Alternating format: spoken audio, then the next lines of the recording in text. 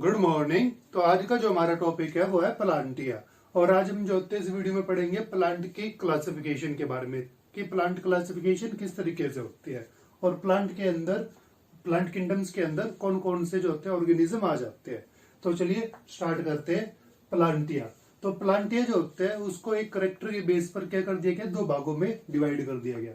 अब दो भाग कौन से बनाए उन्होंने, तो उन्होंने एक करेक्टर देखा कि कुछ ऐसे प्लांट थे जिनके अंदर एम्ब्रायो स्टेज जो होती है वो प्रेजेंट होती है और कुछ ऐसे थे जिनके अंदर एम्ब्रायो स्टेज प्रेजेंट नहीं होती। तो उन्हें जो मिला जिसके अंदर एम्ब्रायो स्टेज प्रेजेंट नहीं होती तो उसके अंदर उन्होंने रखा एल्गी को। एल्गी जो होती है आपको याद रखना है कि एक ऐसा ऑर्गेनिज्म होता है जिसके अंदर एम्ब्रायोनिकल स्टेज प्रेजेंट नहीं होती। और एल्गी के अंदर जो होता है वो उनकी पिगमेंटेशन के बेस पर और उनकी सेलुलरिटी के बेस पर और सेल की टाइप के बेस पर अलग अलग कैटेगरीज में जो होता है उनको रखा गया।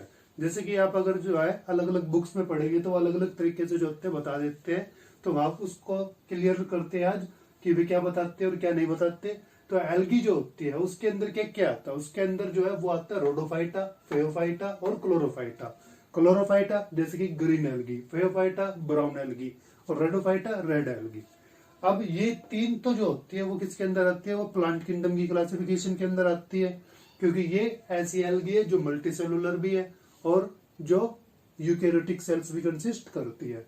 इसी तरीके से अगर आप इनकी बात करें तो ये क्या है, ये प्रोटिस्टा में आते हैं। ये डाइनोफ्लैजिलेटा, डायटम और यूग्लिनोइड ये यूकेरियोटिक एल्गी है जो किसमें आती है, प्रोटिस्टा में आती है। जब आप प्रोटिस्टा को पढ़ेंगे तो उसके अंदर जो होगा आप इन तीनों को पढ़ेंगे। इसी तरीके से अगर आप इसको देखें तो ये क्या है, ब्लू ग्रीन एल्गी जिसे साइनोबैक्टीरिया भी कहते हैं।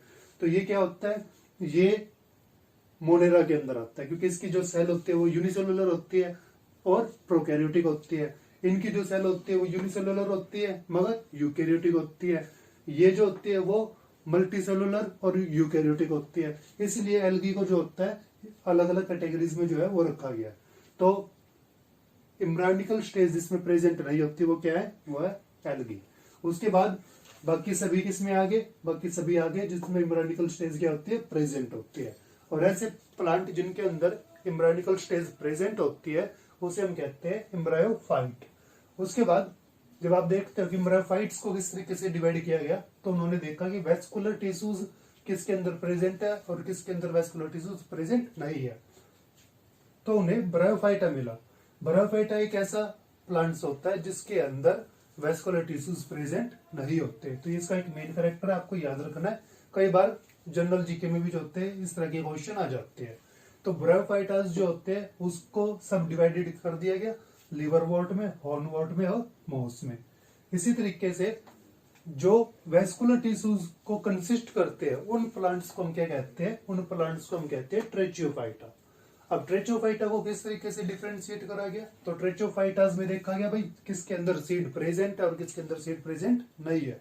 तो सीड जिसमें एब्सेंट थे, प्रेजेंट नहीं थे, वो मिला हमें टेरिडोफाइटा। टेरिडोफाइटास को फिर आगे सब डिवाइड कर दिया गया और टेरिडोफाइटास में जो होता है सिलोफाइटा, लुकोफाइटा, स्पिनोफाइटा और पेट्रोफाइटा जो है वो इसकी सब डिवीजन क्लासेस बना दी गई। इसके बाद जो होता है जो सीड जिसमें प्रेजेंट थे उनको जब देखा गया तो उसमें हमें मिले जिम्नोस्पर्म और एंजियोस्पर्म।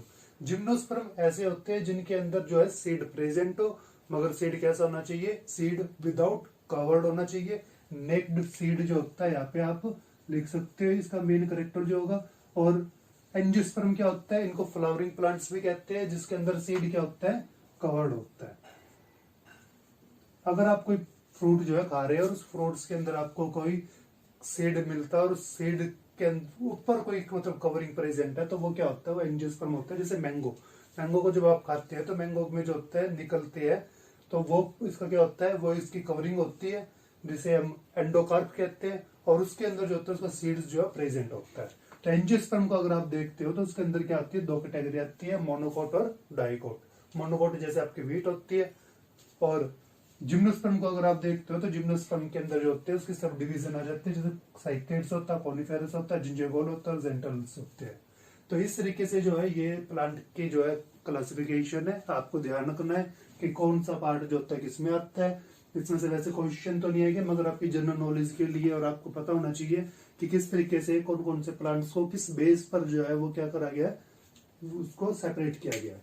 तो ये थी हमारी आज की वीडियो। अगर आपको वीडियो जो वो अच्छी लगी हो, आपको समझ में आया हो, तो आप जो है वीडियो को शेयर कर सकते हो, कमेंट करके हमसे क्वेश्चन पूछ सकते हो, चैनल को सब्सक्राइब कर सकते हो। Thank you.